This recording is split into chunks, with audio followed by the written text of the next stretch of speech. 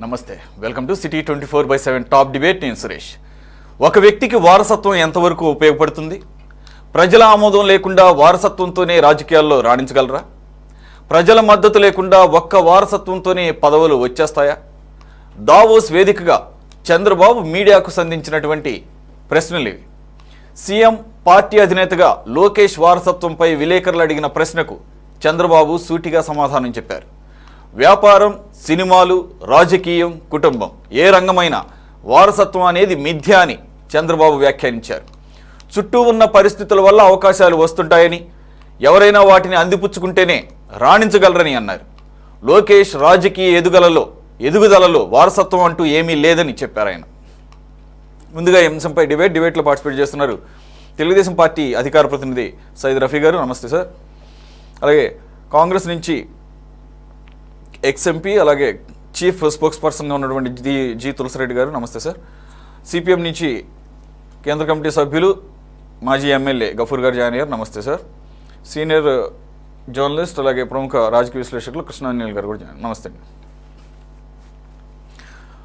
రఫీ గారు, దావోస్లో యాక్చువల్గా అది వరల్డ్ ఎకనామిక్ ఫోరం ఆర్థిక సదస్సు. అది చాలామంది ఎక్కువగా భావిస్తుంటారు.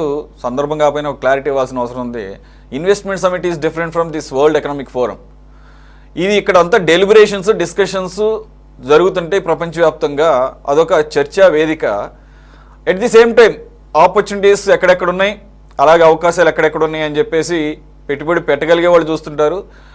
మా దగ్గర ఉన్నాయి, ఎక్కడెక్కడ ఉన్నాయి అని చెప్పేసి పెట్టుబడులు ఆశించే వాళ్ళు కూడా కలుస్తుంటారు. ఇది ఒక meeting place, right? Come to the point. During the episode even maybe national media కూడా ఈ విషయంలో కొద్దిగా అత్యుత్సాహం చూపిస్తుంది అనిపిస్తోంది. అఫ్కోర్స్ స్విట్జర్లాండ్లో దావోస్లో జరుగుతుందనే ఒక రకమైనటువంటి ఆ రిచ్నెస్ ఉంటుంది కదా, రిచ్నెస్ని బాగానే వరల్డ్ వైడ్గా ఇది చేసుకున్నారు, దాన్ని తప్పేం లేదు. కానీ ఇన్వెస్ట్మెంట్ సమిట్లు కూడా ఆ రకంగా ఇండియాలో కూడా జరుగుతుంటాయి. వాటికి దావోస్కి వచ్చినటువంటి ప్రొజెక్షన్ అన్ఫార్చునేట్లీ దానికి రాదు. Why I am telling all these things, during the interaction with national media, English media, వాళ్ళు కూడా అక్కడికి వెళ్ళిన సందర్భం ఏంటి?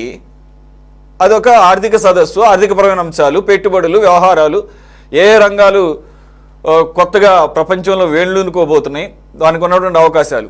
సరే, దాంతోపాటు లిమిట్ ఏం లేదనుకోండి, అవుట్ ఆఫ్ ది బాక్స్ వెళ్ళి అక్కడ కూడా చంద్రబాబు నాయుడు గారిని ఓ పక్కన ఆయన అటు వెళ్ళంగానే ఇక్కడ డిప్యూటీ సీఎం లోకేషన్ చేయాలని చెప్పేసి రచ్చ జరుగుతుంటే అక్కడికి వెళ్ళాక సరే టీజీ భరత్ కూడా అంశాన్ని లేవనెత్తాడు. ఆయన సున్నితంగా మందలించారంటున్నారు. వచ్చిందేంటి ముందు ఆ సంగతి చూడండి, ఎక్కడే మాట్లాడలేదు ఎవరు? చంద్రబాబు నాయుడు గారు. ఎప్పుడైతే లోకేష్ గారిని ఆకాశానికి ఎత్తుతూ టీజీ భరత్ గారు మాట తప్పేం లేదు. అఫ్కోర్స్ అది అందులోనూ ఇండియన్ డయాస్పోరా కాబట్టి కొద్దిగా రెలవెంటే అక్కడ వాళ్ళని ఉత్సాహపరచడానికి.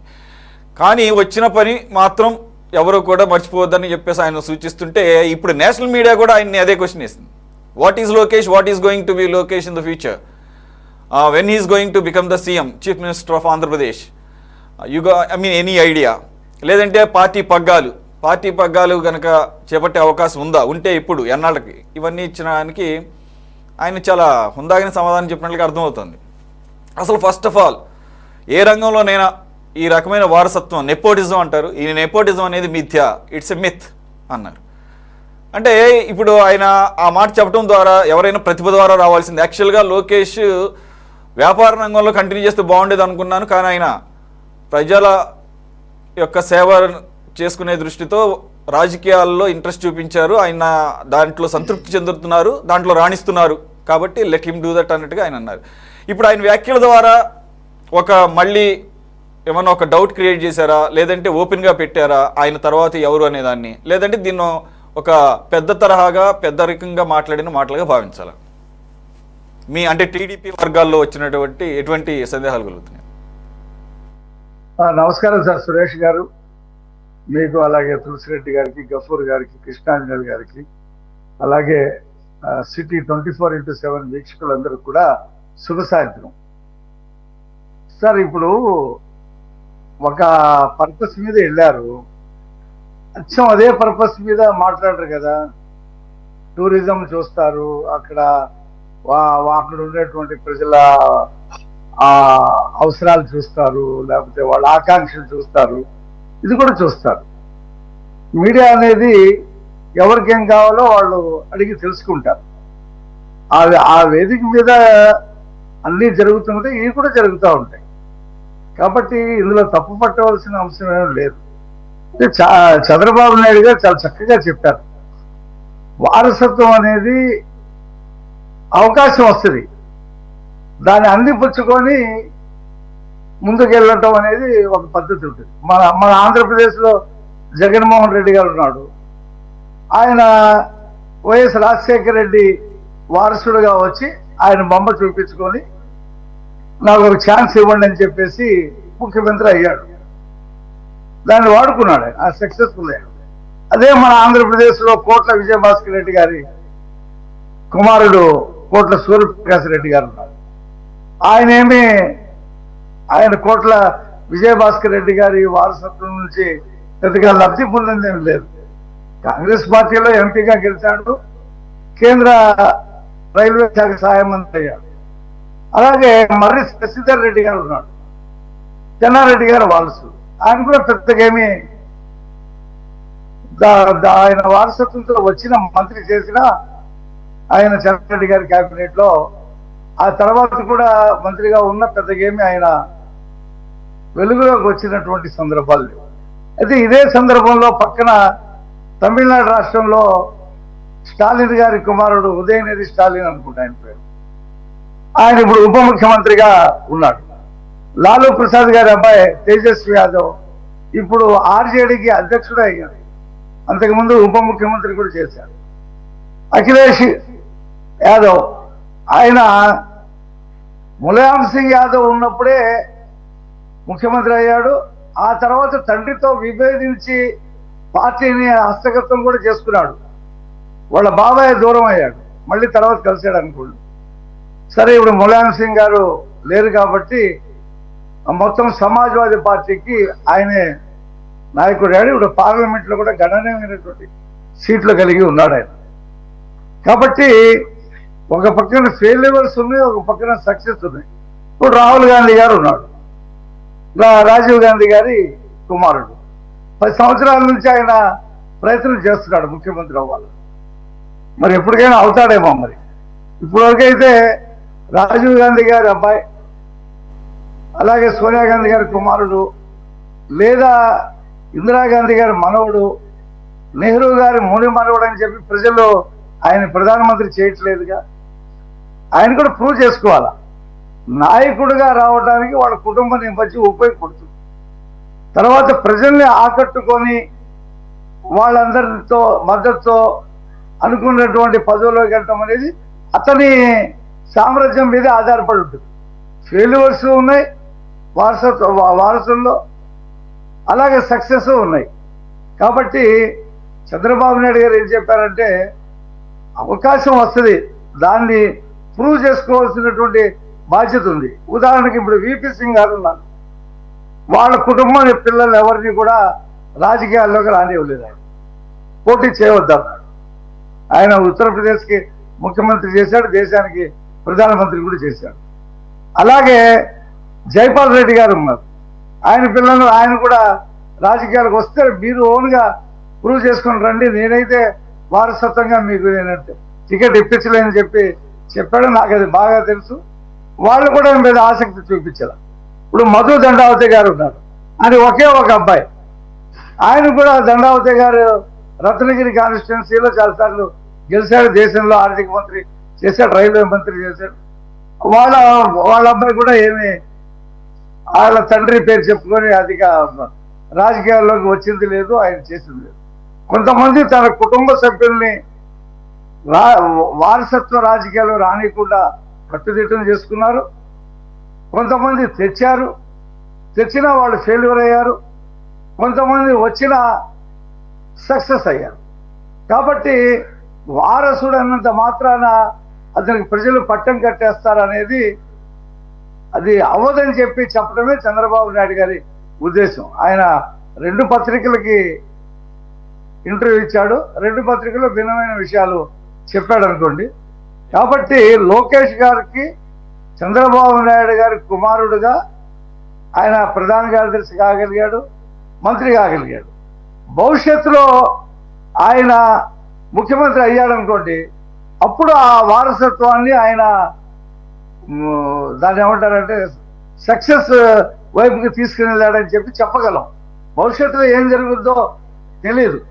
కాబట్టి ఈ రకమైనటువంటి పరిస్థితులు దేశంలో ఉన్నాయి. మన వారసత్వాన్ని వ్యతిరేకించడం, ఎందుకంటే ఇందిరాగాంధీ సంజయ్ గాంధీని తెచ్చింది, నెహ్రూ ఇందిరాగాంధీ తెచ్చాడు అని విమర్శించినటువంటి వాళ్ళందరూ కూడా చాలా మంది అన్ని పార్టీలు, అది ప్రాంతీయంగా వచ్చినా, అది మతపరంగా వచ్చినా, లేదా కులపరంగా వచ్చినా, ఇంకో సిద్ధాంతంతో వచ్చినా వాళ్ళు వారసులు కంటిన్యూ చేశారు. అదే ఇందిరాగాంధీ పాలసీని వాడు అడాప్ట్ చేసుకున్నారు. ఏదైతే ఇందిరాగాంధీని విమర్శించారో అదే చేశారు. మన దేశంలో చూస్తున్నాం. ఇప్పుడు కేటీఆర్ ఆయన పార్టీ కుటుంబ పార్టీ కదా.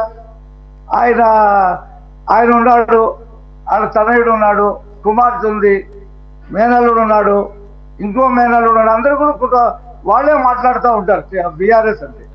కాబట్టి అది కుటుంబ పార్టీ మనం చూస్తూ ఉన్నాం. ఇప్పుడు భవిష్యత్తులో కేటీఆర్ ముఖ్యమంత్రి అయితే ఆ కేసీఆర్ వారసత్వాన్ని ఆయన క్యాష్ చేసుకోగలిగాడని చెప్పి చెప్పగలం. కాబట్టి ఇప్పుడు ఈ భారతదేశంలో ఒక కమ్యూనిస్ట్ పార్టీలు మినహాయించి వారసత్వ రాజకీయాల్ని ప్రోత్సహిస్తున్నారు. అన్ని పార్టీలు ప్రోత్సహిస్తున్నాయి.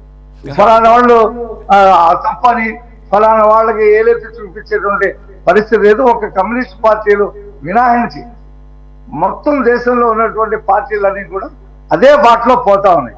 కొందరు సక్సెస్ అవుతున్నారు, కొందరు ఫెయిల్ అవుతున్నారు, కొంతమంది వాళ్ళు అన్ని గుర్తుకోవచ్చు. రైట్ రఫీ గారు. తులసిరెడ్డి గారు, బీజేపీ చేసే మొదటి ఆరోపణ, ఎప్పుడు చేసే ఆరోపణ కాంగ్రెస్, ప్రధాన రైవల్ కాంగ్రెస్ కాబట్టి డైనాసిటీ పాలిటిక్స్, ఇది వాళ్ళ ఓతపదం. కుటుంబ పాలన ఎప్పుడు గాంధీ ఫ్యామిలీ, ఎప్పుడు నెహ్రూ దగ్గర నుంచి ఎత్తుకుంటూ వస్తుంటారు ఎప్పుడు డైనాసిటీ పాలిటిక్స్ అని చెప్పేసి. కానీ ఈరోజు చంద్రబాబు గారు చాలా క్లియర్గా చెప్పారు, అవకాశాలు మాత్రమే క్రియేట్ చేస్తుంది ఆ కుటుంబపరమైనటువంటి ఆ లెగసీ అనేది, కానీ ప్రూవ్ చేసుకుంటాం అనేది ఆయా వ్యక్తుల యొక్క క్యాలిబర్ మీద డిపెండ్ అయి ఉంటుంది అని చాలా సింపుల్గా తేల్చేశారు ఆయన. రెండోది, రఫీ గారు అన్నట్టు రెండు జాతీయ మీడియాలకి, యాక్చువల్గా ఇంకొకటి ఇంటర్నేషనల్ మీడియా, బ్లూంబర్గ్ కూడా ఆయన మాట్లాడి ఇండియా టుడే రాహుల్ కన్వాల్తో పాటు బ్లూంబర్గ్ వాళ్ళకు సంధించిన ప్రశ్న ఏంటంటే, in case if you are invited to central క్యాబినెట్లో కనుక మిమ్మల్ని ఇన్వైట్ చేస్తే అన్న దానికి ఆయన క్వశ్చనే లేదు, నా అవసరం అక్కడ ఉందని నేను అనుకోవట్లేదు, ఇక్కడ రాష్ట్రానికి ఎక్కువ అవసరం ఉంది, మేము పూర్తిగా రాష్ట్రం మీద, రాష్ట్ర అభివృద్ధి మీద దృష్టి పెట్టామని చెప్పేసి.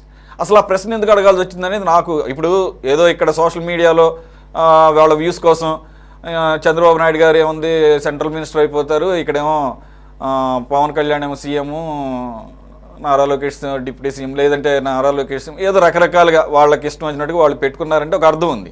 బ్లూంబర్గ్ నుంచి అటువంటి ప్రశ్న వచ్చింది, నాకు పర్సనల్గా కొంత సర్ప్రైజ్ అనిపించింది. అఫ్కోర్స్ అదొకటే కాదు, ఇంకా చాలా వాళ్ళు అడిగారు, అదాని మీద అడిగారు, అలాగే what if Jagan comes again, Jagan మళ్ళీ పవర్లోకి వస్తే అన్నదానికేమో ఒక్కసారే తప్పు చేస్తారు ప్రజలు, ప్రతిసారి చేయరని చెప్పేసి ఆయన చెప్తున్నాడు. ఇక మనం అందరూ ఎక్స్పెక్ట్ చేసింది అదాని విషయంకి వచ్చేసరికి అయితే ఆ యూఎస్ రిపోర్ట్ ఇంకా తేలేదంటే మాట్లాడుతున్నాడు. సార్, మరి డైనాసిటీ పాలిటిక్స్ అనేది కాంగ్రెస్ మీద మొదటి నుంచి వస్తున్న బీజేపీ చేసే విమర్శ, ఇప్పుడు అదే చర్చకు వచ్చింది కాబట్టి రెలవెంట్గా ఉంటుంది కాబట్టి వాట్ ఈస్ యువర్ ఒపీనియన్స్? ఇప్పుడు డెఫినెట్గా వచ్చేసి ఎంట్రీకి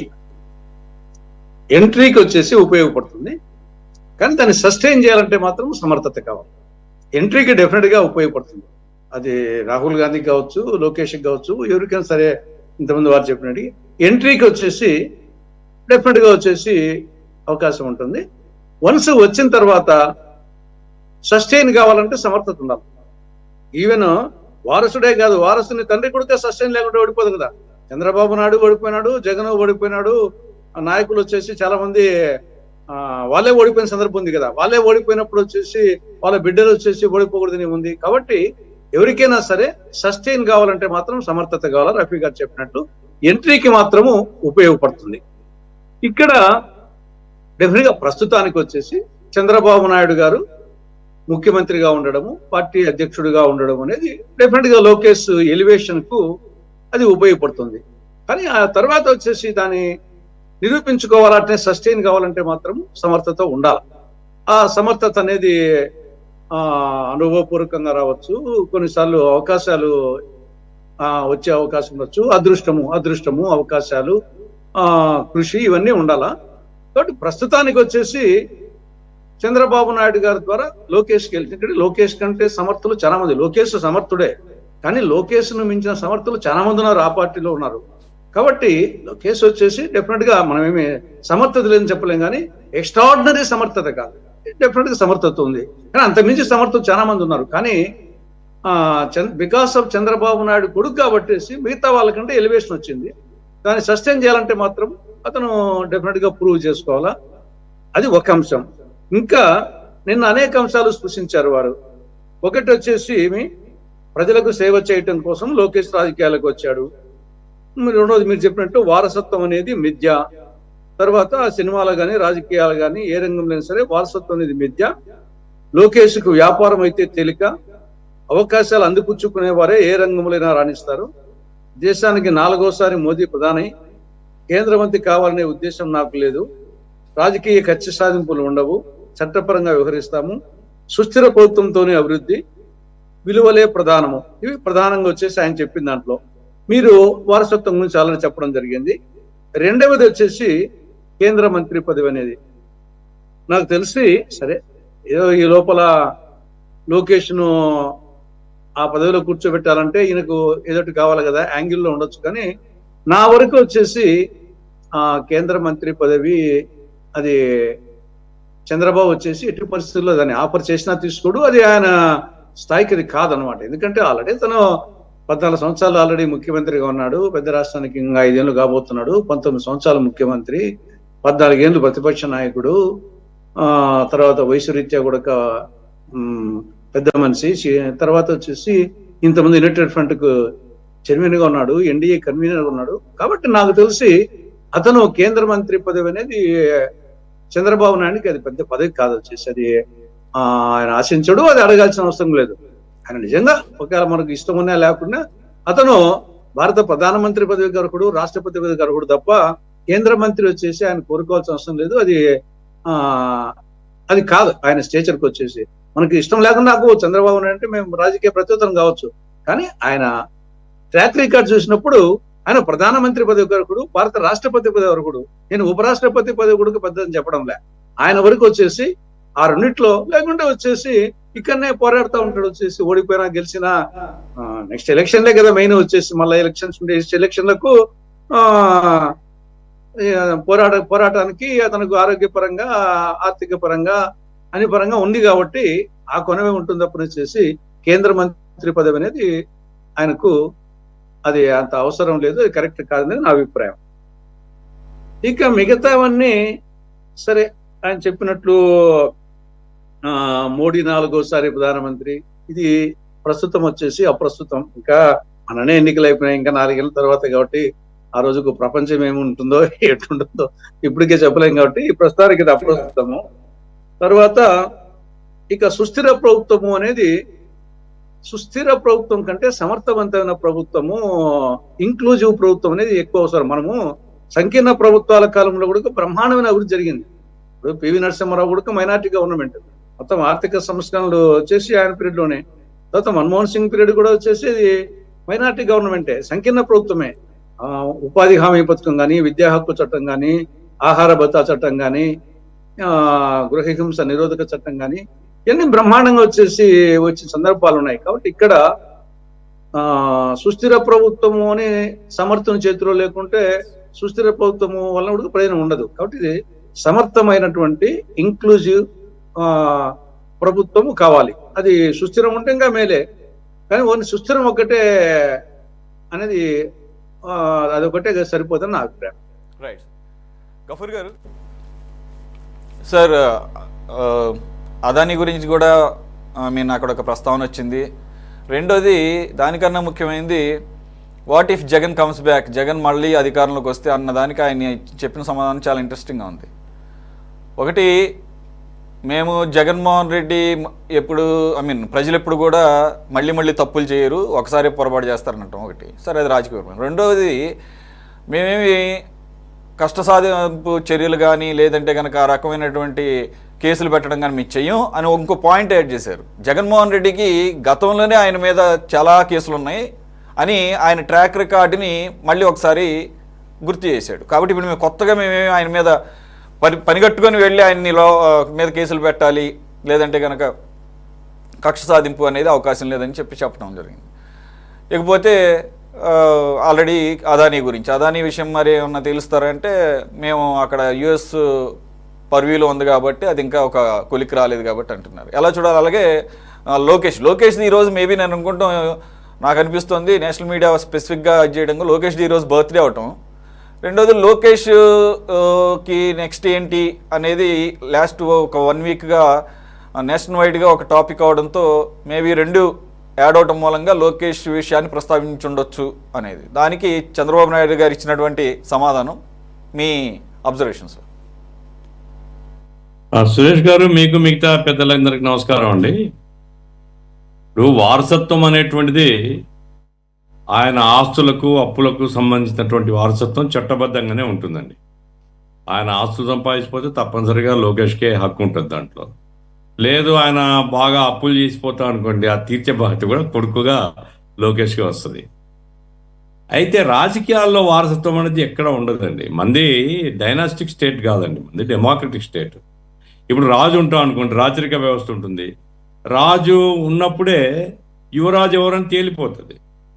ఈ రాజు చచ్చిపోతే ఎవడు రాజు అవుతాడు అనేది ముందే ఊహిస్తారు. ఇప్పుడు రాజరికం కోసం ఒకరినొకరు చంపుకున్న ఉదాహరణలు కూడా చాలా ఉన్నాయి ప్రపంచంలో. కాబట్టి ఇక్కడ మనది భారతదేశంలో రాచరిక వ్యవస్థ కాదు, ప్రజాస్వామ్యం. ప్రజాస్వామ్యంలో ప్రజలే ప్రభువులు, సెకండరీనే నాయకులు. ప్రజలే ప్రభువులు అన్నప్పుడు ప్రజల యొక్క ఛాయిస్ ఎవరికి ఉంటుంది, ఎవరిని ప్రజలు విశ్వసిస్తారు అనేటువంటిది ఆనాటి పరిస్థితులను బట్టి ఉంటుంది తప్ప ఇందిరాగాంధీ గారి మనమడు కాబట్టి ఆటోమేటిక్గా రాహుల్ గాంధీ ప్రధానమంత్రి అని ప్రజలేం అనుకోలేదు కదా. లేదు ఫలాని వాళ్ళ బంధువు కాబట్టి ఆటోమేటిక్గా ఆయన ముఖ్యమంత్రిని ప్రజలు అనుకోరు. ప్రజలు చూస్తారు ఎవరైతే మంచిది, ఎవరి విధానాలు అయితే మంచిది, ఏ పార్టీ అయితే మంచిది, అనేక విషయాలు ఉంటాయి అందులో. కాబట్టి చంద్రబాబు నాయుడు గారు చెప్పింది కరెక్ట్. అది వారసత్వం అనేటువంటిది రాజకీయాల్లో మిథ్య అన్నాడు. అది చాలా సరైన పదం. అది రాజకీయాల్లో వారసత్వాన్ని బట్టి ఆ పదవులు ఆధిపత్యం ఉండదండి. తప్పనిసరిగా తులసిరెడ్డి గారు చెప్పారు, రఫీ గారు చెప్పారు. ఎందుకంటే వారసత్వం అనేటువంటిది ప్రజలతో పరిచయం కావడానికి తోడ్పడుతుంది, ప్రజల్లో నానడానికి తోడ్పడుతుంది, ప్రజలు ఆలోచించడానికి తోడ్పడుతుంది. అయితే ప్రజలు ఎప్పుడు నిర్ణయం తీసుకుంటారు, ఏ విధంగా నిర్ణయం తీసుకుంటారు అనేది ఆనాటి పరిస్థితులను బట్టి ఉంటుంది తప్ప ఇంకోటి కాదు. లోకేష్ బికాజ్ చంద్రబాబు నాయుడు గారి కుమారుడు కాబట్టి ఆటోమేటిక్గా ముఖ్యమంత్రి అయిపోతాడని కొంతమంది అంటున్నారు. ఈ 5 సంవత్సరాల్లో ఒకవేళ చంద్రబాబు నాయుడు గారు దిగిపోయి లోకేష్ను చేయాలనుకుంటే అవుతాడేమో నాకు తెలియదు. కానీ ఆ తర్వాత పార్టీ ఏమవుతుందని తర్వాత చూడాలి. అందుకోసం ఈ ఊహాగానాలే పొరపాటండి. ఇప్పుడు లోకేష్ తెలుగుదేశానికి నాయకుడు, ప్రధాన కార్యదర్శి. ఆయన చంద్రబాబు నాయుడు గారి కుమారుడు. ఆయన ఎవరు క్వశ్చన్ చేయడం లేదు.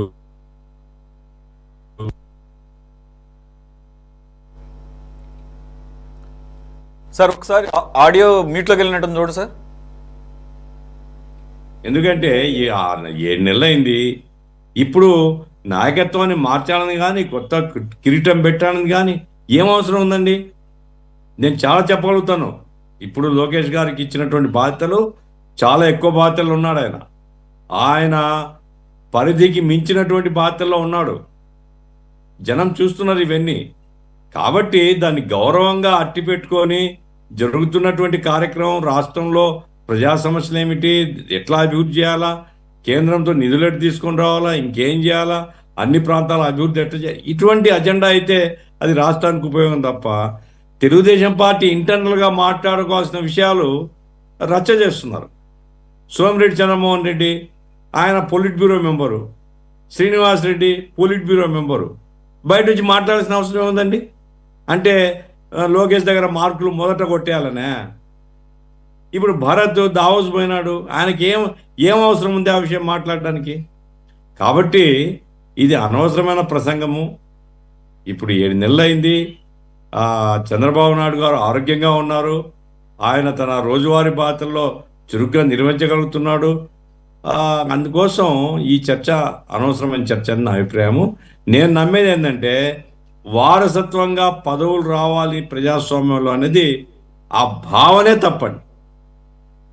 ప్రజలలో మంచి పేరు సంపాదించి ప్రజల విశ్వాసాన్ని పొంది నాయకుడిగా ఎదగాలి తప్ప నేను చంద్రబాబు నాయుడు కొడుకును కాబట్టి నన్ను ముఖ్యమంత్రి చేయాలని ఒకవేళ లోకేష్ గారు భావిస్తారు. ఇప్పుడు జగన్మోహన్ రెడ్డి అదే కదా కోరుకున్నది. నాయన శివ ఉన్నప్పుడే సంతకాలు సేకరణ చేసినాడు. ఏమిటి అంటే నాయన వారసత్వం నాకుంటా. అరే వారసత్వం నీకెట్లు వస్తుంది? ఆస్తి అప్పుల్లో వారసత్వం రావచ్చు. ముఖ్యమంత్రి నువ్వెట్లయితే నీకంటే ఇంకా 50 మంది సీనియర్లు పెట్టుకుని కాంగ్రెస్ పార్టీలో. సార్ ఇంకొకటి అట్లీస్ట్ టీడీపీ రీజనల్ పార్టీ అంటే ఆ కుటుంబంలోంచే కంటిన్యూ అవుతుంది ఒక లెగసీగా. ఎన్టీ రామారావు గారు స్థాపించారు, ఆయన అల్లుడు నారా చంద్రబాబు నాయుడు గారు. అలాగని చెప్పేసి ఆయన ఏమో కొత్తగా రాజకీయాల్లోకి రాలేదు. అంతకు ముందు నుంచి రామారావు గారి కన్నా ముందు నుంచే ఆయన రాజకీయాల్లో ఉన్నాడు. కాంగ్రెస్ పార్టీ నుంచి అల్లుడు అయ్యాడు, తర్వాత సహజంగానే వచ్చింది. సరే పరిణామాల రీత్యా ఆయన లీడర్షిప్ని బ్రహ్మాండంగా యాక్సెప్ట్ చేశారు. ఏది ఎన్టీ రామారావు ఎలయుగా ఉన్నప్పుడే. So he's a successful legacy person. పక్కన పెడదాం.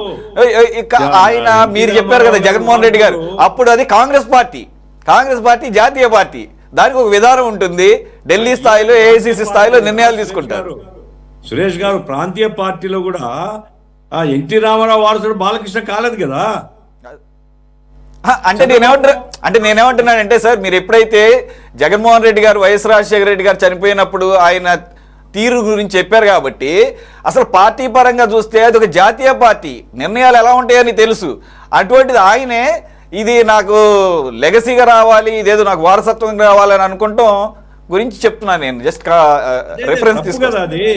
అందుకోసమే చాలా మంది అసహించుకున్నారు అతన్ని. ఆ తర్వాత వాళ్ళ చిన్నాని మీద కొట్టడానికి పోయినాడు, ఎంపీగా రాజీనామా చేస్తావా చేయవా అని. ఏమంటే ఎంపీ పదవి కావాలని. ఇవన్నీ ఏమి కనపడతాయంటే పిల్లచేష్టలు, రాజకీయాల్లో ఆధిపత్య భావం. తులసిరెడ్డి గారికి బాగా తెలిసి ఉంటుంది అవన్నీ, ఎందుకంటే కడప జిల్లాలో జరిగిన సంఘటనలు.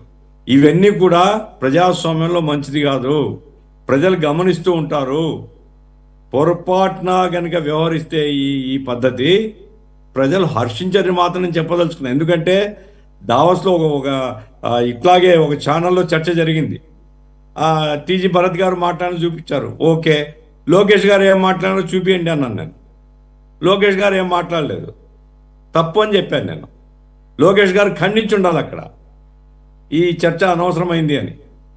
ఎందుకంటే ఎప్పుడైతే ఇప్పుడు అసెంబ్లీలో ఏం జరిగింది, మా జయరాము ఇప్పుడు టీడీపీ ఎమ్మెల్యే ఆయన మంత్రిగా ఉన్నాడు, అసెంబ్లీలో పొగిడినాడు, నువ్వే అల్లావు, నువ్వే క్రీస్తువు, నువ్వే దేవునివి. ఆయన ముసిముసి నవ్వులు నవ్వుతున్నాడు. ఎవరు? జగన్మోహన్ రెడ్డి. ప్రజలు 2 చెంపలు వాయగొడితే ఇప్పుడు ఏం నవ్వుతాడండి? కాబట్టి ఎప్పటికి కానీ వ్యక్తి పూజను ప్రజలు హర్షించరు. అది సరైనది కాదు రాజకీయాల్లో. ఆయన ప్రజల విశ్వాసం పొందేలాగా ఆయన సేవా కార్యక్రమాలు చేసి, పార్టీలో చంద్రబాబు నాయుడు గారు పార్టీ ప్రధాన కార్యదర్శిగా చాలా కష్టపడేవాడు. ఆయనకేం పదవి లేదు. మొదట ఎన్టీ రామారావు ముఖ్యమంత్రిగా ఉన్నప్పుడు నైట్ అండ్ డే క్యాడర్తో సంబంధాలు పెట్టుకొని ఆ రకంగా మొత్తం పార్టీ నిర్మాణ వ్యవహారాలను ఆయన చూసేవాడు. అందుకోసమే యాక్సెప్టెన్స్ వచ్చింది. పార్టీలో తిరుగులేని నాయకుడిగా గుర్తింపు ఎందుకు వచ్చింది? ఇంకో ఆలోచన పోలే, ఇంకొక మనిషిని చూడేవాళ్ళు. చంద్రబాబు నాయుడే రైట్ పర్సన్ అని. ఆ రకంగా లోకేష్ తయారు కావాలని కోరుకుందాం, అది వేరే సంగతి. తప్ప ఇప్పుడు ఈ చర్చ మాత్రం ఆంధ్ర రాష్ట్రంలో ఇది అనవసర ప్రసంగం అనేటువంటిది నా అభిప్రాయం. Right, okay. కృష్ణానీల్ గారు, గఫూర్ గారు అన్నట్లు చంద్రబాబు నాయుడు గారు కూడా భావించి ఎంత నేషనల్ ఇంటర్నేషనల్ మీడియా అడిగినా కానీ దీనికి ఒక చెక్ పెట్టాలి, ఈ ఫుల్ స్టాప్ పెట్టాలన్న ఉద్దేశంతోనే ఇట్స్ ఎ మిత్, ఇది ఒక మిథ్య అని చెప్పేసి అనడం ద్వారా ఆ రకమైన ప్రయత్నం చేశారని అనిపిస్తుందా? సురేష్ గారు నమస్తే, ప్యానల్ మెంబర్స్ అందరికీ నమస్కారం. చంద్రబాబు నాయుడు వారసత్వ రాజకీయాల మీద అది ఒక మిథ్య అని చెప్పినటువంటి అంశం పూర్తిగా అది అబద్ధం, ప్రజలను మభ్యపెట్టేటువంటి అంశం. దాంతో నేను ఏకీభవించను. ఖచ్చితంగా రాజకీయాల్లో, ప్రాంతీయ పార్టీల్లో వారసత్వ రాజకీయాలు, కుటుంబ రాజకీయాలే ప్రధానమైనటువంటి అంశం. ఈ మిథ్య అనేది చెప్పటం అనేటువంటిది ప్రజల్ని తప్పుదారి పట్టించడానికి చేసినటువంటి ప్రయత్నంగా నేను భావిస్తాను. అసలు వారసత్వ రాజకీయాలు లేకపోతే నారా లోకేష్ అనేటువంటి వ్యక్తి ఈ రోజున చంద్రబాబు నాయుడుతో పాటు దావోస్లో కూర్చునేటువంటి అర్హత నారా లోకేష్ ఉందా అని నేను అడుగుతాను. ఇప్పుడు ముగ్గురు మాట్లాడినటువంటి అంశాలను మొత్తాన్ని నేను దాని ఖచ్చితమైనటువంటి అభిప్రాయాలుగా భావిస్తూనే అదనపు అంశాలు మాత్రమే నేను చెప్తాను, మళ్ళీ వాటిలోకి నేను వెళ్ళను. నారా లోకేష్ ఎలా రాజకీయాల్లోకి ఆయన ఎలా వచ్చాడు, వాళ్ళ కుటుంబంలో ఏం జరిగింది, వ్యాపారం చేసుకోవాలనుకున్నారా, రాజకీయాల్లోకి రావాలనుకున్నారా, వాళ్ళ కుటుంబంలో అంతర్గతంగా చేర్చారు. సరే, రాజకీయాలకు చంద్రబాబు నాయుడికి వారసత్వ రాజకీయాల మీద మొదట్లో ఇష్టం లేదు అనేది చాలా మాట్లాడాడు. చాలా సందర్భాల్లో నారా లోకేష్ రానంత వరకు మాట్లాడాడు. మరి ఇంట్లో ఏం జరిగిందో తెలియదు. మరి ఆయన వారసుడిగా నారా లోకేష్ను అంగీకరించాడు చంద్రబాబు. అంగీకరించి రాజకీయాల్లోకి ఎలా తెచ్చాడు? 2014 నుంచి 19 వరకు నారా లోకేష్ ఇక ఎమ్మెల్సీ అయ్యి మంత్రి అయ్యాడు అని అంటే ఎలా అయ్యాడు? వారసత్వ రాజకీయం కాదా? చంద్రబాబు నాయుడు ఇచ్చినటువంటి అవకాశం కాదా? ఎలా అవుతాడు మంత్రి? ఎలా అవుతాడు? ఆ రోజున అవకాశం ఇచ్చి అది చేసావు. ఈ రోజున మళ్ళీ 2024లో గెలిచాడు. మనం ఓడిపోయారు. ఆయన 2019లో ఘోరంగా ఓడిపోయాడు. మరి 2019లో అలాంటి ప్రతికూలమైనటువంటి పరిస్థితులు ఉన్నప్పుడే రామ్మోహన్ నాయుడు లాంటి వాళ్ళు గెలిచారు. భవిష్యత్తులో సపోజు ఈ తెలుగుదేశం పార్టీ చంద్రబాబు నాయుడు ఆఫ్టర్ చంద్రబాబు నాయుడు ఎవడున్నొచ్చు సీఎం అని చర్చ జరిగినప్పుడు రామ్మోహన్ నాయుడు ఎందుకు చర్చ ఉండకూడదు? రామ్మోహన్ నాయుడు పేరు వస్తుందా? ఈ రాష్ట్రంలో 164 మంది ఎమ్మెల్యేలలో తెలుగుదేశం పార్టీ సంబంధించిన ఎమ్మెల్యేల అందరిలో పల్లా శ్రీనివాస్ ఇప్పుడు వాళ్ళ రాష్ట్ర అధ్యక్షుడు తెలుగుదేశం పార్టీ. అతనికి ఎక్కువ మెజారిటీ వచ్చింది.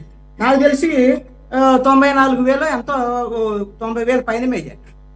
పల్లా శ్రీనివాస్ కూడా ముఖ్యమంత్రి అవుతాడు భవిష్యత్తులో అని ఎక్కడైనా ఉందా చర్చ? పోనీ వస్తుందా భవిష్యత్తులో చర్చ? ఆఫ్టర్ చంద్రబాబు నాయుడు తెలుగుదేశం పార్టీలో ముఖ్యమంత్రి అయ్యేటువంటి అర్హత లేదా ముఖ్యమంత్రి అయ్యేటువంటి ఇది నారా లోకేష్కే ఉంది అని ఒక ఆమోదం తీసుకొచ్చేటువంటి విధంగా ఒక ప్రయత్నం జరుగుతుందా లేదా? ఇది బలవంతంగా జరుగుతున్నటువంటి ప్రయత్నము. డైనాస్టీ పాలిటిక్స్ ఉండదు, ఇది డెమోక్రటిక్ గా ఉండాలి, ప్రజాస్వామ్యము అని చెబుతూనే డైనాస్టీ పాలిటిక్స్ ని యాక్సెప్ట్ చేసేటువంటి ప్రజానికము ఈ రాజకీయాలన్నీ నడుస్తున్నటువంటి పరిస్థితి ఉంది ఈ రోజు. నేను ఒకటి చెప్తాను, మొన్న ఎన్నికల్లో ఉదాహరణ చెప్తాను. నేను ఇప్పుడున్నటువంటి వాళ్ళు కృష్ణాంజనేయులు గారు అబ్జర్వ్ చేస్తే ఫర్ లాస్ట్ 10 years లోకేష్ జర్నీని నాకు మీకున్నటువంటి అభిప్రాయమే కొంతకాలం క్రితం వరకు ఉంది. అంటే నేను పర్సనల్ చెప్తున్నాను. ఇప్పుడు ఒక మాట చెప్తున్నాను, లోకేష్ బిఫోర్ యువగళం పాదయాత్ర, లోకేష్ ఆఫ్టర్ యువగళం పాదయాత్ర నేనంట. రెండో పాయింట్ మీరు చాలా ఇది ఐ మీన్ రిలేటెడ్గా మాట్లాడారు, కాదంటలేదు. చంద్రబాబు నాయుడు గారు ఏమి అసలు కొట్టిపారే లేదండి. అవకాశాలు కల్పించడం వరకు మాత్రమే ఈ లెగసీ అనేది ఉపయోగపడుతుంది. అవకాశాలని నిరూపించుకుంటూ తనను తాను ఎదిగితే అప్పుడు అతను దానికి ఆటోమేటిక్గా ఆ లెగసీని కంటిన్యూ చేస్తాడేమో తెలియదు అని అంటూ ఆయన అవకాశాలు అయితే ఖచ్చితంగా కల్పించబడతాయి అని చెప్పేసి ఆయన దాన్ని కూడా ఒప్పుకున్నాడు ఆయన. అంతే తప్ప అసలు అవకాశం మీరు అన్నట్టుగా అవకాశం కల్పించారు. ఎమ్మెల్సీ ఇచ్చి మినిస్టర్గా ఆయన పబ్లిక్ సర్వీస్లో ఆయన ఉండాలనుకున్నాడు, ఆ రకంగా ఇచ్చాడు, అవకాశం కల్పించాడు. ఎక్స్పీరియన్స్ ఏంటో చూద్దాం అనుకున్నాడేమో. ఆ తర్వాత మనం చూసాము ఆయన పొలిటికల్గా ఏ విధంగా ఐ మీన్ 1 by 1 ఎదుగుతూ వస్తున్నాడు లోకేష్ గారు. నేను as I already pointed out, యువగళంకు ముందు యువగళం తర్వాత మీరు చెప్పిన పాయింట్ లోకే డైరెక్ట్ గా వస్తాను. ఒకటి, అవకాశాలు కల్పించేటువంటి పేరుతో ప్రజల మీద పదే రుద్దేటువంటి ప్రయత్నం చంద్రబాబు నాయుడు చేస్తున్నాడు. ఇప్పటికి కూడా అలాంటి ప్రయత్నం చేస్తున్నాడు. మీరు చెప్పినటువంటి అభిప్రాయానికి రాష్ట్రంలో ఉండేటువంటి ప్రజల అభిప్రాయానికి డిఫరెన్స్ ఉంది. ఇప్పటికీ కూడా నారా లోకేష్ నాయకుడుగా ప్రూవ్ చేసుకొని ఉండలేదు అని కృష్ణాంజనేయులు చెప్తే సురేష్ గారు అంగీకరించరు. కానీ నేను ఒక మాట చెప్తా వినండి. ఉదాహరణలు అనేకమైనటువంటి ఉదాహరణలు చెప్తాను, మీకు వచ్చిన ఉదాహరణలు చెప్తాను. ఇది నాయకుడికి ఇప్పటికి కూడా ప్రూవ్ చేసుకొని అతనికన్నా కూడా ముఖ్యమంత్రి అవడానికి అర్హత కలిగినటువంటి వాళ్ళు డజన్ మంది ఉన్నారు తెలుగుదేశం పార్టీ. వాళ్ళ పేర్లు ఎక్కడ అయితే ఇక్కడ దాన్నే కాదంటలేదు సార్. ఒక్క టీడీపీలోనే కాదు, జాతీయ పార్టీ కాంగ్రెస్ పార్టీలో కూడా రాహుల్ గాంధీ కన్నా కూడా సమర్థులైనటువంటి మహానుభావులు ఉద్దండులు చాలా మంది ఉన్నారు, స్టాల్ వాట్స్ లాంటి వాళ్ళు. కాబట్టి ఇట్లా కంపారిజన్ చేసుకుంటూ పోతే ఎక్కడ తెగదు ఇది. నేను ఇక్కడ ఒక పాయింట్, మీరు చెప్పిన పాయింట్ లోకే వస్తాను, చాలా క్లుప్తంగా మాట్లాడతాను. రఫీ గారిని మాట్లాడమని. నాయకుడిగా ప్రూవ్ చేసుకొని ఉండలేదు, భవిష్యత్తులో కూడా ఆయన ముఖ్యమంత్రి అర్హత కూడా లేనటువంటి వాళ్ళల్లో నారా లోకేష్ ఉంటాడు అంటానికి నేను ఒక ఉదాహరణ 2024 ఎన్నికలకు ముందు ఎప్పుడైతే తెలుగుదేశం పార్టీకి సంబంధించినటువంటి 23 సీట్లు 2019లో వచ్చిన తర్వాత తెలుగుదేశం పార్టీ జెండా కూడా మోయటానికి భయపడేటువంటి పరిస్థితుల్లో నారా లోకేష్ యువగళం పాదయాత్ర చేసేటువంటి సందర్భంలో కూడా తెలుగుదేశం పార్టీ భవిష్యత్తులో అధికారంలోకి వస్తుందనేటువంటి పరిస్థితులు లేవు. అయితే ఎప్పుడు వచ్చింది ఈ అవకాశము? పవన్ కళ్యాణ్ రాజమండ్రి సెంట్రల్ జైలుకి వెళ్ళి పొత్తు పెట్టుకున్నప్పుడు మాత్రమే కూటమి అధికారంలోకి రావడానికి పునాదులు పడ్డాయి. దీనికి పవన్ కళ్యాణ్ ముఖ్యమైనటువంటి వ్యక్తి అనేటువంటిది అర్థమవుతున్నటువంటి అంశం. రెండవ ఉదాహరణ మీరు నేనేంటి స్వయాన చంద్రబాబు నాయుడు అనేక సందర్భాలు ఇప్పటికీ రీట్రేట్ చేస్తుంటారు. నేను డైరెక్ట్ పాయింట్స్ వస్తున్నాను. రెండో అంశం, చంద్రబాబు నాయుడు తెలుగుదేశం పార్టీ అధ్యక్షుడు అరెస్ట్ అయ్యి ఆ పార్టీ మొత్తం కూడా ఇబ్బందికరమైన పరిస్థితుల్లో ఉన్నప్పుడు ఆంధ్రప్రదేశ్ లో ఉండి పార్టీ నడిపించేటువంటి నాయకుడు ఎవరు అంటే నారా లోకేష్ ఆంధ్రప్రదేశ్ లో లేడు. ఢిల్లీ వెళ్ళి కూర్చొని తలదోసుకున్నటువంటి పరిస్థితి ఉంది. ఆ రోజున పార్టీని లీడ్ చేయలేదు. నేను చెప్తున్నాను అది. అదే విధంగా మీరు కీలకమైనటువంటి అంశం ఏమిటి అంటే ఈ రోజుకు కూడా నారా లోకేష్ కు సంబంధించినటువంటి విషయంలో నాయకత్వ లక్షణాలని కృష్ణాంజలి చెప్తే మీరు వినరని ఎందుకన్నారంటే వాళ్ళ తెలుగుదేశం పార్టీ పొలిటికల్ రాజగురువు అయినటువంటి రాధాకృష్ణ మొన్న రాశాడు. రేపొద్దున యువగళం పాదయాత్రలో కూడా నారా లోకేష్ ఈ నాయకుడికి ఎదగలేకపోయాడు. 2029లో అతను తెలుగుదేశం పార్టీ నాయకత్వం వహించలేడు, ముసలుడు అయిపోతున్నాడు చంద్రబాబు నాయుడు. తెలుగుదేశం పార్టీ భవిష్యత్తు ఏందో అర్థం కానటువంటి పరిస్థితి ఉంది అని రాధాకృష్ణ చెప్పినటువంటి అంశము. దానికి ఏం చెప్తాడు? రాధాకృష్ణ చెప్పితే అదేం బైబిల్ను అదేం ఖురాన్ అయిపోదు. రాధాకృష్ణ ఎన్ని మలుపులు తిరుపుతూ ఎన్ని పర్మిటేషన్స్ అండ్ కాంబినేషన్స్ లో చెప్పుకొస్తాడో అందరికీ తెలిసిందే. నన్ను అడిగితే తెలుగుదేశం పార్టీ శ్రేణులు ఈ రకమైనటువంటి మా ఛానల్స్ అని చెప్పేసి ఫోన్ చేసుకున్నారు. వాటిని ఒక ఛానల్ గా చూడటం మాత్రమే ప్రారంభిస్తే కొంత డిటాచ్ అయ్యి పార్టీ పరంగా లేకపోతే వాళ్ళు ఛానల్ పరంగా వ్యవహరిస్తారు. లేదంటే కనుక రెండు కలగబలం. ఒక నిమిషం. తెలుగుదేశం పార్టీ వాళ్ళ డిబేట్ లోకి వెళ్ళి రాధాకృష్ణ చెప్పిన కరెక్ట్ అని చెప్పేసి వాళ్ళు ఒత్తాసు పలికారు వాళ్ళ డిబేట్ కి వెళ్ళి. మీరు నేను అనుకుంటే కాదు. I'm not the delegate of TDP. Rafi గారు రాధాకృష్ణ దానికి వ్యాఖ్యలు చెప్పానండి. నేను చెప్పిన దాన్ని ఎలాగ అంగీకరించలేదు రాధాకృష్ణ. అదే రాధాకృష్ణ గారు చెప్పిన దాని మీద ఇప్పుడు మనం బేస్ అయి పెట్టుకోవాల్సినంత అవసరం ఉందా? లేకపోతే దానికి స్టాండర్డ్స్ ఏమైనా పెట్టుకున్నారా? మనం ఏం పెట్టుకోలేదు కదా. రైట్, స్టాండర్డ్స్ వాళ్ళు పెట్టుకున్నారండి. వాళ్ళు రాజగురువు ఆయన పొలిటికల్ పెట్టుకోవచ్చు. Right, okay. రఫీ గారు, ఇప్పుడు కృష్ణాంజనేయులు గారు లోకేష్ మీద తెలుగుదేశం పార్టీ మీద విషయం కక్కినట్టు మాట్లాడుతున్నారు. పక్కన ఉన్నది ఇద్దరు మా పార్టీకి సంబంధించిన వాళ్ళు కాదు, మా ప్రత్యర్థులే, రాజకీయ ప్రత్యర్థులే. వాళ్ళు మాట్లాడిన తీరు ఎలా ఉంది? కృష్ణాంజనేయులు గారు విషయం కక్కారు. ఏమని? లోకేష్ గారు చంద్రబాబు నాయుడు గారు జైల్లో ఉన్నప్పుడు ఆంధ్రాలో లేరని. ఆయన ఢిల్లీ వచ్చాడు, హైదరాబాద్ వచ్చాడు, విజయవాడ వచ్చాడు, నంద్యాల వెళ్ళాడు. దానికి ఒక కమిటీ వేశారు. ఆ కమిటీలో కూర్చొని ఆ 53 రోజులు రాష్ట్ర వ్యాప్తంగా అనేక రూపాల్లో ఉద్యమం జరిగితే దానికి లోకేష్ గారి నాయకత్వం వహించాడు. అచ్చెన్నాయుడు గారు, లోకేష్ గారు అనేక సార్లు మా పార్టీ ఆఫీసులో కూర్చొని చర్చించినటువంటి సందర్భాలు ఉన్నాయి. ఢిల్లీ ఎందుకు వెళ్ళాడు? న్యాయ పోరాటం చేయడానికి, సుప్రీంకోర్టులో కేసు మాట్లాడటానికి, హైకోర్టులో కేసులు చేయడానికి వెళ్ళాడు. ఆయన ఏం ఢిల్లీలో తల దాచుకోలేదు. ఆ మాట విత్డ్రా చేసుకోమనండి.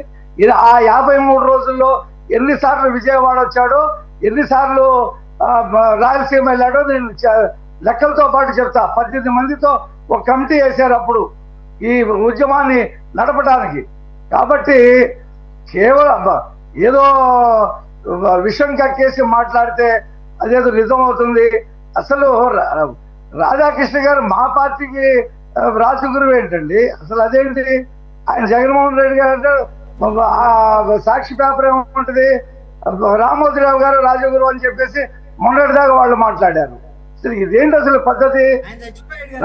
రాధాకృష్ణ గారు ఒక పేపర్ కి, ఒక ఛానల్ కి ఆయన ఎండి. చంద్రబాబు నాయుడు గారు, రాధాకృష్ణ గారు సామాన్య జర్నలిస్ట్ గా ఉన్నప్పుడే ఆయన మంత్రి, చంద్రబాబు నాయుడు గారు ఎమ్మెల్యే. కాబట్టి చంద్రబాబు నాయుడు గారి ఎక్స్పీరియన్స్ రాధాకృష్ణ గారు రాసిస్తే అది మాకు శిలాశాసనమా? లోకేష్ గారు ఎదగలేడు, భవిష్యత్తులో రాలేడంటే అది శిలాశాసనమా మాకు? ఇప్పుడు జగన్మోహన్ రెడ్డి గారు ఉన్నాడు, వైఎస్ రాజశేఖర రెడ్డి పేరుని చెడగొట్టాడంట. నేను ఆ మాట కృష్ణారెడ్డి గారు అనగలరా? అనలేడు. ఆ బొమ్మ తీసుకొచ్చి పెట్టి రాష్ట్రాన్ని సర్వనాశనం మోసం చేశారు. జగన్మోహన్ రెడ్డి గురించి నేను మాట్లాడిన తర్వాత మీరు మాట్లాడండి. జగన్మోహన్ రెడ్డి గురించి మాట్లాడారని చెప్తున్నారు కదా. నేను మీరు మాట్లాడేటప్పుడు ఏళ్ళు చూపించా, నేను క్రాస్ టాక్ చేయలా. కాబట్టి రాజశేఖర రెడ్డి గారి సత్యమనే పార్లమెంట్కి ఓడిపోయింది వారసత్వ రాజకీయాలు. ఇది విశాఖపట్నంలో రాజీవ్ గాంధీ గారు, ఇందిరాగాంధీ చనిపోవడంతోనే ప్రధానమంత్రి అయ్యాడు, ఎంపీ కూడా కాకుండా. కనీసం పార్లమెంటరీ పార్టీ మీటింగ్ కూడా పెట్టకుండా, ఏఐసిసి మీటింగ్ పెట్టకుండా ఆయన ప్రధానమంత్రి బాధ్యతలు తీసుకున్నాడు. తర్వాత ఎన్నికల్లో ఓడిపోయాడు. పిపి సింగ్ గారు ప్రధానమంత్రి అయ్యాడు. జగన్మోహన్ రెడ్డికి కూడా ఏదో ప్రజలకు అబద్ధాలు చెప్పాడు, వచ్చాడు, ఓడిపోయాడు. కాబట్టి లోకేష్ గారు భవిష్యత్తులో ముఖ్యమంత్రి కాలేడు, అదేం శాపనార్థాలండి. ఆయన వయసు ఉంది, ఆయన అసలు సర్పంచ్గా గెలవలేడు, కౌన్సిలర్గా గెలవలేడు, వార్డు మెంబర్గా గెలవలేడు అని చెప్పి శాపనార్థాలు పెట్టిన వాళ్ళందరూ ఓడిపోయి ఎక్కడ తలదాచుకుంటున్నారో నాకైతే కనిపించట్లేదు వాళ్ళు. మరి అదే లోకేష్ గారు 90,000 మెజార్టీకి పైగా మంగళగిరిలో గెలిచారు. 5 సంవత్సరాలు అక్కడ ఉండేటువంటి 5 మండలాల్లో ప్రతి ఇంటికి తిరిగి అనేక రూపాల్లో వాళ్ళకి సహకారం చేసి అసలు వాళ్ళు ఎన్టీఆర్ ట్రస్ట్ ద్వారా అనేక మంది విద్యార్థులకి చదివిస్తున్నారు, ఎంతో మందిని ఆదుకుంటున్నారు. తర్వాత బసవతారకం హాస్పిటల్ ద్వారా క్యాన్సర్ రోగులకు ఎంతో మంది ఉండి ఆదుకుంటున్నారు. అనేక రూపాల్లో కడపలో వరదలు వస్తే అది ఆ ప్రాజెక్ట్ కొట్టుకుపోతే ప్రభుత్వం ఇవ్వకపోతే ₹1,00,00,000 భువనేశ్వర్ గారు వెళ్ళి ప్రతి ఇంటికి ₹1,00,000 ఇచ్చింది. ఆ కార్యక్రమాలు చేస్తున్నారు. పని వచ్చినప్పుడు ప్రజలకు ఇచ్చేస్తున్నారు. ఈ శాపనార్థాలు పెట్టేటువంటి పద్ధతి కరెక్ట్ కాదు. భవిష్యత్తులో ఏం జరుగుతుందో కృష్ణాంజలి గారు కూడా అనేవాడు, ఏమని 3 శాసన మండలి ఎన్నికలు జరుగుతున్నప్పుడు నేను 3 గెలుస్తాయని చెప్పా. ఎందుకు నేను పార్టీలో నేను కీలకంగా ఉన్నాను కాబట్టి ఆ సమాచారం అంతా మీరు సేకరించి చెప్తే ఒక్కటి కూడా గెలవదని చెప్పి వాదించాడు ఆయన. 3 ఎన్నికలు కూడా 3 సీట్లు కూడా బంపర్ మెజార్టీతో గెలిచాం. ఆ రోజే మేము ఈ రాష్ట్రంలో రాజకీయ అధికారానికి రాబోతున్నామని చెప్పి ఆ సంకేతాలు అటు రాయలసీమలో రాజధాని అన్న, విశాఖపట్నంలో రాజధాని అన్న ఎక్కడ కూడా లేకుండా చిత్తుగా ఓడించారు. ఒక వేవ్ క్రియేట్ అయింది. చంద్రబాబు నాయుడు గారిని అరెస్ట్ చేసిన తర్వాత ప్రజల్లో కసి పెరిగింది. మాకు 135 సీట్లు వచ్చినాయి. మాకు ఒక్కొక్కటికి 70,000 80,000 మెజార్టీ వచ్చింది. పవన్ కళ్యాణ్ గారు కలవటం వల్ల ఏమైందంటే అగ్నికి ఆజ్యం పోసినట్టుగా అయింది. ఆజ్యం పోసినట్టుగా మంటలు ఎగిసిపెట్టి కీలకంగా అగ్నికిల్లల కింద మారింది. అంతేగాని మాకు బలం లేదని మేమేది ఆ పార్టీ ఏదో ఆయన అనేది మీ బలం గురించి కాదు, లోకేష్ గారికి ఇంకా ఆ స్థాయి రాలేదు, లోకేష్ గారికి ఇంకా ఎలిజిబిలిటీ రాలేదని ఆయన వాదన. రైట్, ఎనీవే నేను చెప్తున్నానండి, రానున్న కాలంలో ఇదే దావోస్ లో ఒక 5 సంవత్సరాల ఓకే, మీ పాయింట్ అర్థమైంది. సీఎం హోదాలో లోకేష్ గారు దావోస్ లో అడుగు పెడతారు, మనం చూస్తూ ఉంటారు. చెప్పి నేను ఓకే ప్రకటిస్తున్నా. Right, okay. ఇంకా విపులంగా చర్చించవచ్చు కానీ మనకి సమయం లేదు. ఒక పాయింటేనండి, ఆయనకి ఎలాగైతే లోకేష్ ముఖ్యమంత్రి అవుతాడని ఉంటుందో ఆయనకి ఎలిజిబిలిటీ లేదనేటువంటి అభిప్రాయం నాకు కూడా ఉంటుంది. శాపనార్థం ఎందుకు అవుతుంది? ఇక్కడ శాపనార్థం కాదు, ఎవరు అభిప్రాయం. పాయింట్ ఏంటంటే ఫ్యూచర్ లో ఏం జరుగుతుంది అనేది ఎవరికి తెలియదు, ఎవరికి తెలియదు. కానీ ట్రాక్ రికార్డ్ ఒకసారి ట్రాన్స్పరెంట్ గా పరిశీలించాల్సిన అవసరం ఉంటుంది. నారా లోకేష్ వచ్చినటువంటి అవకాశాలకు అనుగుణంగా అతని సమర్థతను పెంచుకోలేదు, ఈ రోజు నాయకుడిగా ఉన్నాడు. ఇంకొక పాయింట్ కూడా చెప్తాను, ఒక కీలకమైనటువంటి పాయింట్. ఇప్పుడు జగన్మోహన్ రెడ్డి వారసత్వ రాజకీయాలు అటు మీద మాట్లాడుగా, జగన్మోహన్ రెడ్డిని ఆదర్శంగా తీసుకొని నారా లోకేష్ లక్షల కోట్లు సంపాదించేటువంటి చెడ్డ మార్గంలోకి ఈ రోజున నారా లోకేష్ వెళ్తున్నాడు. అదే కరెక్ట్ అనేది చుట్టూ ఉన్నటువంటి సానా సతీష్ గురించి ఇదే ఆంధ్రజ్యోతిలో అర్థం అక్రమాల గురించి అవన్నీ రాసిన తర్వాత అతను తీసుకెళ్లి రాజ్యసభ కూర్చోబెట్టి ఈ రోజున మొత్తం అక్రమార్కులందరినీ కూడా చుట్టూ చేర్చుకున్నటువంటి వాడు నారా లోకేష్. ఎవరిని ఆదర్శంగా తీసుకున్నాడు? చంద్రబాబు నాయుడు ఆదర్శంగా తీసుకున్నాడా? జగన్మోహన్ రెడ్డిని ఆదర్శంగా తీసుకున్నాడు. వాళ్ళ ఆయన అడ్డం పెట్టుకొని జగన్మోహన్ రెడ్డి అక్రమాలు చేసి ఈ రోజున లక్షల కోట్లు సంపాదించిన తర్వాత ఏం మిగతా వాళ్ళు చెన్నారెడ్డి కొడుకులు లేకపోతే విజయభాస్కర్ రెడ్డి కొడుకులు ఎందుకు ముఖ్యమంత్రి కాలేదంటే ఈ జగన్మోహన్ రెడ్డి వాళ్ళ ఆయన సంపాదించిన అక్రమాల్లో సంపాదన ఉంది కాబట్టి ముఖ్యమంత్రి అయ్యాడు. అదే ఆదర్శంగా తీసుకొని ఈ రోజు నారా లోకేష్ అన్న అక్రమాలకి సంబంధించినటువంటి వస్తే బయటకు మొత్తం కూడా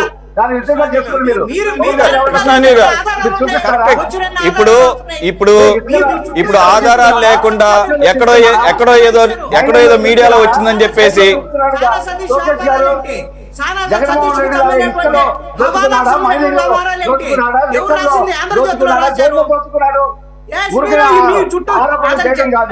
నారా లోకేష్ చుట్టూ ఉన్నటువంటి వాళ్ళు ఎవరు? కిలా రాజేష్ ఎవరు? సానా సతీష్ ఎవరు? వీళ్ళ వ్యాపారాలు ఏంటి? వీళ్ళ అక్రమాల సమయంలో నేను చెప్పేది కాదు. ఆంధ్రజ్యోతిలో రాసినటువంటి అంశాలు చెప్తున్నారు, ఈనాడులో రాసినటువంటి అంశాలు చెప్తున్నారు. మీ ఇష్టం వచ్చినట్టుగా మీరు అక్రమాలు పాల్పడుతూ అదిగో జగన్మోహన్ రెడ్డి ఒకటి కృష్ణానీల్ గారు okay let us leave it there. One or two instances బట్టి అక్కడ మీడియాలో వచ్చిందని చెప్పి ఇన్స్టిట్యూషనలైజ్డ్ గా లేదా ఇదేదో ఆర్గనైజ్డ్ గా ఒక కరప్షన్ జరుగుతుందని ఏది ఇంత తక్కువ టైంలోనే అటువంటి నిరాధార ఆరోపణలు చేయడం అయితే నాకు కూడా సమంజసంగా అనిపించట్లేదు. Let it be time will tell. దాని మీద సపరేట్ డిబేట్ పెట్టండి, అనేకమైనటువంటి ఆధారాలు నేను చూపిస్తాను. ఇక మనం మన ఇన్స్టిట్యూషన్స్ పెట్టుకోవాలి, సిఐడి లాగా. అవే సరిగ్గా పనిచేయట్లేదు. మనకేం వస్తాయండి? మనకేం ఆధారాలు లభిస్తాయి? మనం ఎట్లా దాని మీద డిబేట్ చేస్తాము? అవే సరిగ్గా సిబిఐ దగ్గర నుంచి, ఈడీ దగ్గర నుంచి, సిఐడి దగ్గర నుంచి, జేసీబీల దగ్గర నుంచి అన్ని పంజరంలో చిలకలని చెప్పేసి కనపడుతుంటే ఇంకా అవి చేయాల్సిన పనులు మనం ఎక్కడ చేస్తాము? దాని మీద మనం ఏం డిబేట్లు పెడతాము? రైట్ సార్, మనకి ఇక సమయం లేదు, మనం మరో అంశంలోకి వెళదాం.